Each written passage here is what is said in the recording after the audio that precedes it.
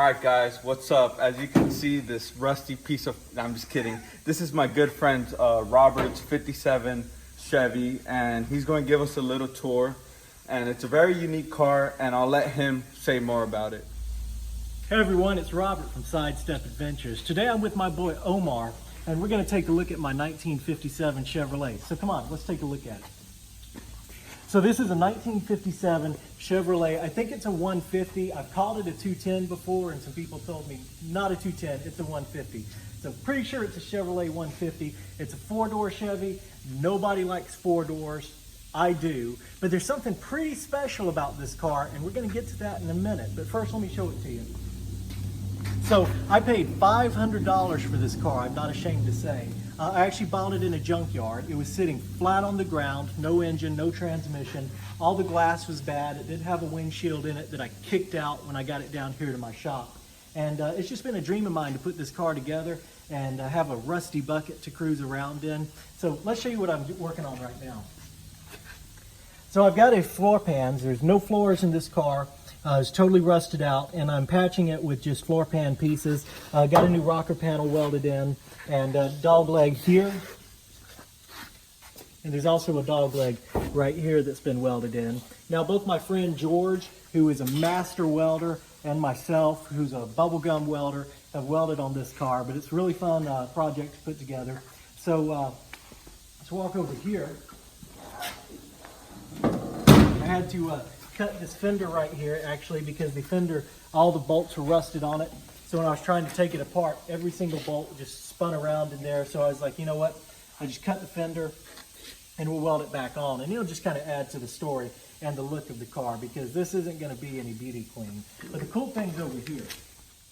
All right, so sitting inside of this car, mounted up, is a 2007 Chevrolet LS engine. Now, this is what people typically refer to as an LS engine. That's not a real LS engine. This is a 4.8 liter Vortec. It's just truck engine, basically. It's the truck version of the LS Chevrolet engine. It's a cast iron block, but does have aluminum heads. And so that's mounted in the car. It's not wired in. I've already got the wiring harness cut down and ready to go, but we're not quite to that point yet. You'll also notice that it's got a new master cylinder in it.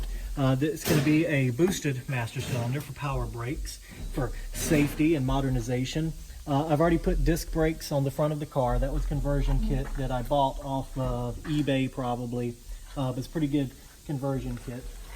So a lot of work's already been done to this car, not so much cosmetic. I'm starting to make it solid right now, and then after we get it all solid, I'll finish hooking up the engine and give it gas, spark, and we'll be on the road.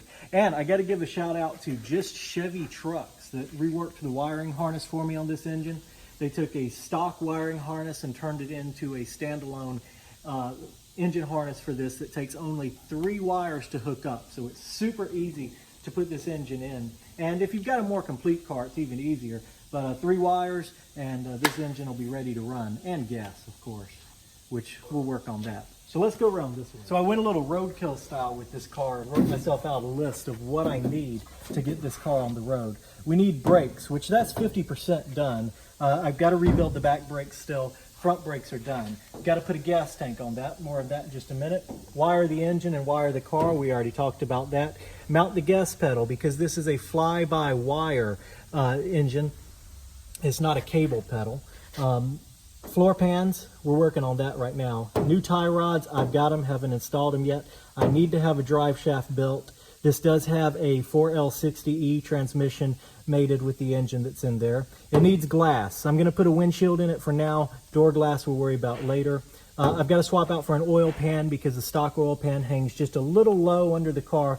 Of course, we don't want any rocks to bust that. Radiator, got one in a box. Got to fab up some mounts for it. Relocate coils, because the new brake master cylinder that you saw in there actually interferes with the coil. And finally, fuel lines, and this car will be on the road. So let's come back here. I've got the trunk cut out already. I'm going to set in a gas tank out of a Suburban, which is a large gas tank. But the cool thing is, is it was just about the same shape as the stock 57 tank.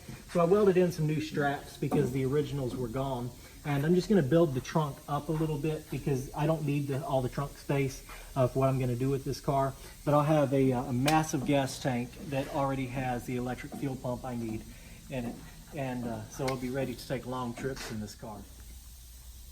All right, so remember I told you there was something a little bit special about this car. And actually, when this car was sitting in the junkyard, again, it was just sitting on the ground, no wheels or tires on it. And I passed it every day going back and forth. And I always thought about stopping and asking about it, but you know, I really didn't need another project car, or any project car at all, really. And then one day I stopped and looked at the car, and I saw this on the door. All right, so this is U.S. Army, and it's got the numbers LE 9616 on the car. So this is actually a 1957 Chevrolet U.S. Army staff car. They used these cars up until the late 60s, maybe early 70s, and then sold them off. So that's what's really special about this car, is it actually used to be a military car. Do you have any idea where the car was before it got to the junkyard? I don't know where the car was. It didn't go straight from, a lot of times with the military, they'll leave stuff on ranges and in the woods on military bases just rotting away. I thought maybe that was the case with this car, but due to some modifications that were done to this car when I got it, you can see someone had cut out the floor right there for a transmission, and it was originally a 3-speed on the column. Someone modified that. I don't know if they put a 4-speed in it or if they just converted the 3-speed to a floor shifter. And so I very seriously doubt that the military did that, also being the fact that it had no engine or transmission in it.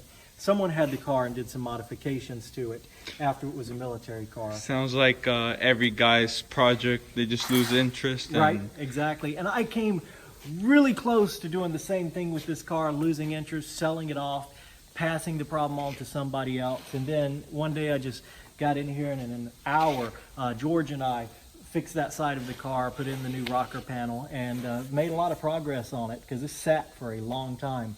But now I'm stoked about this car again, really looking forward to putting it together. I actually started another YouTube channel that was going to be dedicated to the restoration of this car.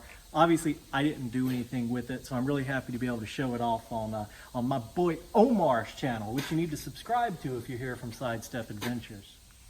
All right, Robert, thank you for letting me see your beautiful car. I can't wait to till you finish it. I'll be here helping him with it, so stay tuned, and it will be, the first ride will be on my channel, so keep an eye out for that. He's almost there, so let's get me to 100 subscribers by the end of the week. And you know I'm in the military and I support this build